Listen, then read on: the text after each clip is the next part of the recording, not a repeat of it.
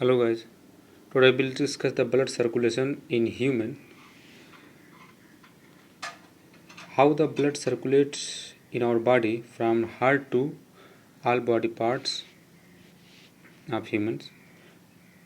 पहले शुरू में हम अब ब्लड्स के बारे में जान लीजिए. What is the blood? Blood is the kind of fluid connective tissue that circulate regularly to provide nutrition, oxygen and remove waste products from the body. Second, path of the circulation. Blood कैसे circulate होता है from heart to all body parts. जैसे कि आप जानते हो कि heart है 4 chambered. Right atrium, right ventricle, left atrium, left ventricle. तो जैसे कि डीऑक्सीजनेटेड ब्लड मतलब कि उस जिसमें ऑक्सीजन नहीं होगा तो हमारे टिश्यू से होकर के ये सब हमारे टिश्यू ऑल बॉडी पार्ट्स जो हैं, जैसे कि हो गया आपका लेग्स, हो गया हैंड, हो गया, उसमें से जो ब्लड्स होंगे वो डीऑक्सीजनेटेड होंगे. वो आपका डायरेक्ट जाएगा राइट एट्रियम, हार्ट के राइट एट्रियम में जाएगा. फिर उससे होकर के जाएगा राइट वेंट्रिकल में वाया ट्राइकस्पिड वाल्व. यहाँ पे एक ट्राइकस्पिड वाल्व होता है. अभी टिश्यू से होकर के right atrium and left ventricle में जाने की प्रक्रिया को हम सिस्टमेटिक सर्कुलेशन बोलेंगे, क्योंकि डीऑक्सीजनेटेड ब्लड हमारे टिश्यू से हार्ट में जाएगा. फिर हार्ट के राइट वेंट्रिकल से सीधे ये चला जाएगा राइट लंग्स में वाया पल्मोनरी आर्टरीज. अब राइट वेंट्रिकल से राइट लंग्स में जाने की प्रक्रिया को हम पल्मोनरी सर्कुलेशन बोलेंगे, जैसे यहाँ पर लिखा है. फिर राइट लंग से लेफ्ट लंग्स में जाएगा. फिर यहाँ पे ऑक्सीजनेशन होगा, क्योंकि जानते हैं कि रिस्पायरेशन जो होता है लंग्स में ऑक्सीजन आता है जिसको इंस्पायर बोलते हैं, रिमूव करता है कार्बन डाइऑक्साइड जिसे एक्सपायरेशन बोलते हैं.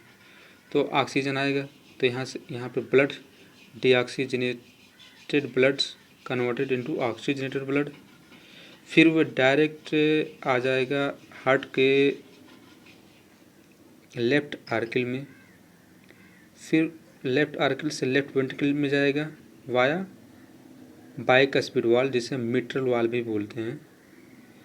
फिर उसके बाद में लेफ्ट आर्किल से जाएगा आपके एओर्टा में. एओर्टा के थ्रू आपका ब्लड्स पूरे बॉडी में सर्कुलेट होगा. अब जब ब्लड लेफ्ट वेंट्रिकल में आएगा तो इस पे सिस्टोल होगा. प्रेशर बहुत तेज़ी से मतलब कि लगेगा जिससे कि हमारा ब्लड्स पूरे बॉडी में सर्कुलेट हो सके. सो इसका जो वाल होता है बहुत ही थिक होता है, मतलब मोटा होता है, जिससे ये प्रेशर को टॉलरेट कर पाता है. तो एओर्टा के थ्रू पूरे बॉडी में सर्कुलेट हो जाएगा हमारे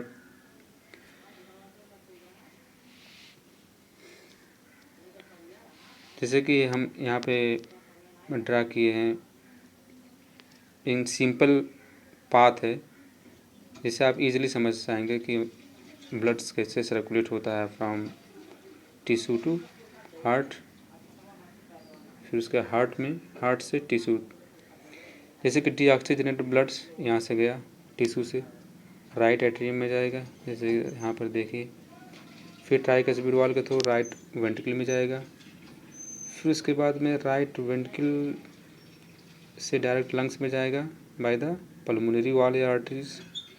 फिर लंग्स में जाएगा राइट लंग्स, फिर लेफ्ट लंग्स, फिर लंग्स से डायरेक्ट पल्मोनरी वेन्स के थ्रू लेफ्ट आर्किल में आएगा, जैसे यहाँ पे हार्ट के लेफ्ट आर्किल में आएगा.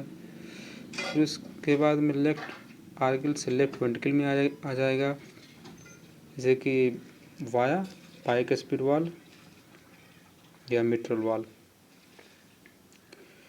फिर लेफ्ट वेंट्रिकल से एओर्टिक वाल्व के थ्रू एओर्टा में जाएगा, फिर एओर्टा से सर्कुलेट हो जाएगा in all body part of the cell. अब यहाँ पे एक सेमील्यूनर वाल्व होता है। Semilunar valve equal to pulmonary valve plus aortic valve, इन दोनों को मिला के हम सेमील्यूनर वाल्व बोलते हैं।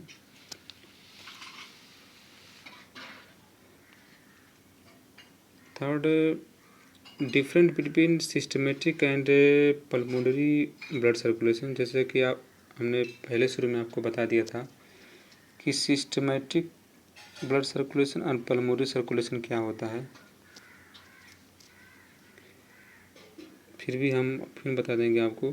When bloods pass from the tissue to heart, deoxygenated blood होता है सिस्टमेटिक सर्कुलेशन में, tissue heart deoxygenated blood.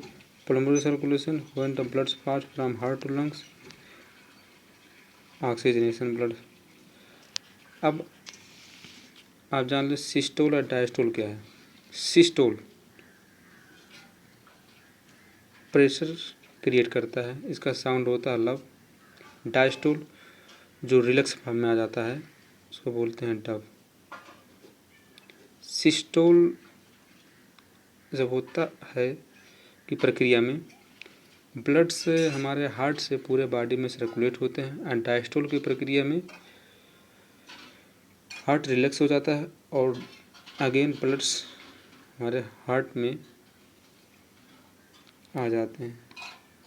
So I hope you understand very well the blood circulation in the human. Thank you.